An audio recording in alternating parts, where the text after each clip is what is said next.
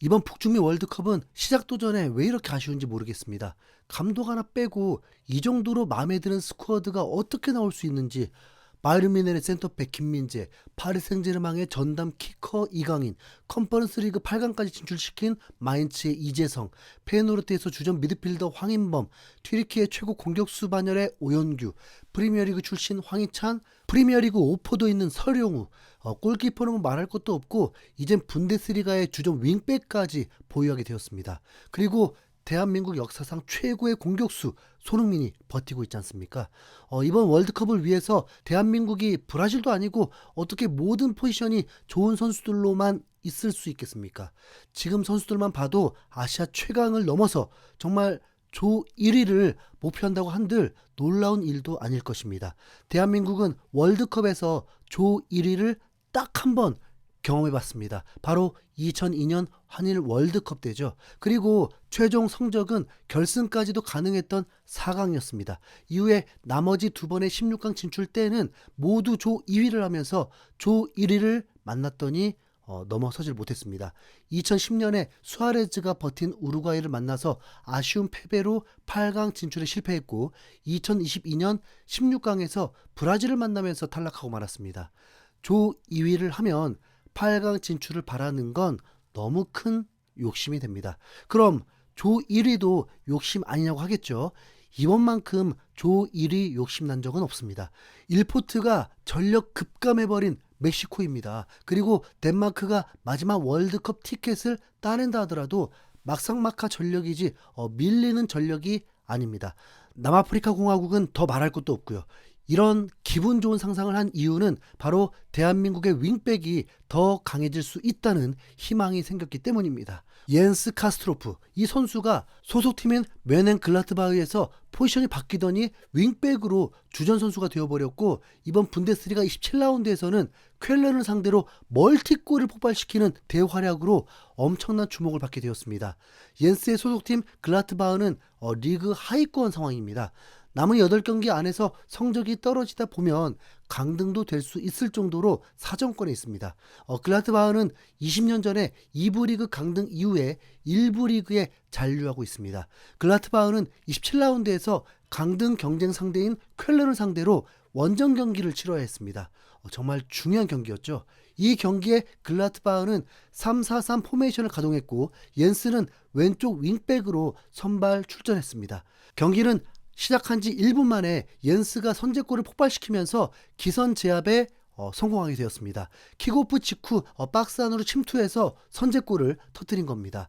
쾰른의 선수들이 오른쪽에 쏠려 있었고 옌스는 갑자기 골 냄새를 맡았는지 전력 질주를 합니다. 그리고 마침 오른쪽에서 택배가 딱 맞게 옌스에게 배달이 되면서 찬스가 완성되었습니다. 옌스는 침착하게 슈팅을 이어갔고 그대로 골이 된 것이죠. 옌스의 분데스리가 데뷔 첫 골이었습니다. 그것도 팀을 실시간 10위까지 오르게 하는 귀중한 골이었습니다. 하지만 쾰른은 만만치 않았고 10분도 안 돼서 3골이 나오면서 역전을 당한 상황이었습니다. 후반전 2대2 동점 상황. 후반 60분에 옌스가 중앙으로 접고 들어오더니 갑자기 중거리 슛을 쐈고 그대로 크로스바를 맞고 오른쪽 상단에 꽂혀버렸습니다. 진짜 소름 돋는 옌스의 미친 골이었습니다. 그런데 이 두 번째 골이 더욱 특별한 이유가 있었습니다. 후반 12분 발목을 삐끗하면서 치료를 받아야 했습니다.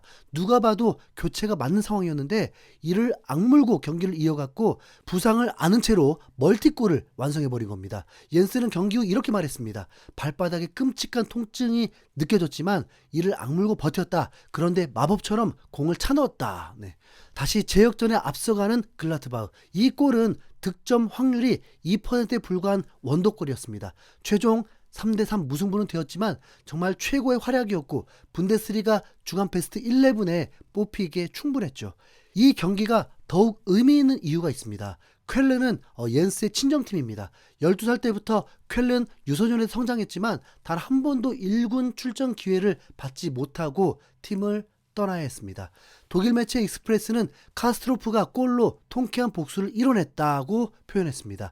옌스도 경기 후 말했습니다. 확실히 커리어 최고의 골이다. 평생 잊지 못할 하루가 될 것이다. 네. 독일 매체 빌트에서는 유소년 시절 친정팀을 상대했다면서 압도적인 활약을 펼쳤다고 했고 최고 평점을 주었습니다. 글라트바흐에서 옌스만 유일하게 평점 1점이었습니다. 대한민국 윙백 중에 이런 공격적인 퍼포먼스를 보인 선수가 있었나요? 네. 이영표, 차두리, 송종국 분명 장점이 있긴 하지만 유럽에서 이렇게까지 미친 활약을 한 윙백은 없었습니다. 이 옌스 카스트로프가 바로 이중 국적자입니다.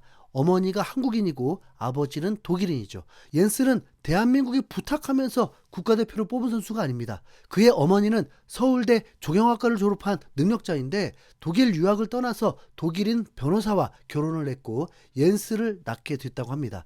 대한민국이 브라질과의 친선전 때 옌스의 어머니가 한국에 오게 되면서 인터뷰를 했는데 옌스가 한국을 위해서 뛸 수 있는 선수가 되어서 기쁘다고 했고 바라던 바였다고 했습니다. 한국인이라는 정체성을 어릴 때부터 알려주었다고 합니다. 그의 어머니도 옌스도 한국 국가대표가 되는 것이 목표였는데 그게 이루어진 거죠. 감독이 한국 국대에 맡은 그 감독이 옌스를 뽑긴 했었는데 그때는 미드필더였고 경쟁이 치열하다 보니 활용도가 애매했습니다. 안정감 있는 수비형 미드필더가 필요했지만 옌스가 그 자리에 강점 있는 선수는 아니었거든요. 그런데 이번 3월 코트디부아르와 오스트리아의 A매치를 앞두고 옌스를 수비수 포지션으로 뽑았습니다. 누가 봐도 윙백 포지션인 거죠. 감독은 최근 옌스가 포지션 이동이 있었고 그 포지션에서 잘하고 있기 때문에 뽑았다고 했습니다. 대한민국은 현재 윙백과 수비형 미드필드 자리가 가장 고민인 상황인데 새로운 선수를 발굴하기는 너무 늦었고 옌스나 양현종 같은 카드가 생긴다면 전력에 큰 보탬이 될 수 있습니다. 월드컵 대표팀은 월드컵 80일 정도를 앞두고 마지막 점검을 하게 되었습니다. 3월 A매치를 통해서 코트디부아르와 오스트리아와의 경기를 하게 됩니다. 첫 경기가 런던에서 한국 기준 토요일 밤에 경기하게 되는데 상대는 코트디부아르입니다. 코트디부아르 선수들은 대부분이 로마, 레버쿠젠, 모나코 등 유럽에서 활약하는 선수들이고 월드컵 조별리그에서도 무패 1위로 올라왔고 3년 전 네이션스컵 우승을 하게 됐습니다. 모로코, 세네갈, 나이지리아, 알제리, 이집트 다음으로 랭킹이 높은 국가입니다. 그리고 이 경기 이후에 3일 뒤에 오스트리아와 경기가 있습니다. 이번 A매치 기간에 가장 관심이 가는 건 대한민국과 붙게 될 남은 한 국가가 어디인지가 결정이 납니다. 이번 주 금요일 새벽에 1차 경기가 있는데 덴마크 대 북마케도니아, 체코 대 아일랜드 경기가 열리고 여기서 이긴 두 팀이 4월 1일에 결승전을 치르면서 승자에게 최종 월드컵 티켓이 주어지게 됩니다. 이 경기가 궁금할 수밖에 없죠. 네. 그리고 남아프리카 공화국은 천하태평처럼 홈에서 파나마라는 팀을 초청해서 두 경기를 치릅니다. 우선 어떤 팀도 남아프리카 공화국과 경기를 치르고 싶진 않겠죠. 네, 시간 낭비일 뿐이니까요. 그리고 멕시코는 개최국이라서 그런지 매우 센 국가들을 상대합니다. 바로 포르투갈과 벨기에입니다. 포르투갈과 벨기에가 요청한 걸 수도 있지만 멕시코 월드컵 포기한 거 아니었나요? 월드컵을 앞두고 이렇게 좋은 활약을 하는 선수들이 있다는 건 더 희망을 갖게 합니다. 손흥민의 아쉬운 활약과 이강인, 황인범은 부상까지 당하면서 3월 A매치가 어떻게 치러질지 좀 예상은 안 되지만 지난해 9월처럼 조 1위 가능성이 긍정적일 수 있길 응원합니다. 이상 흰수염 고래였습니다. 감사합니다.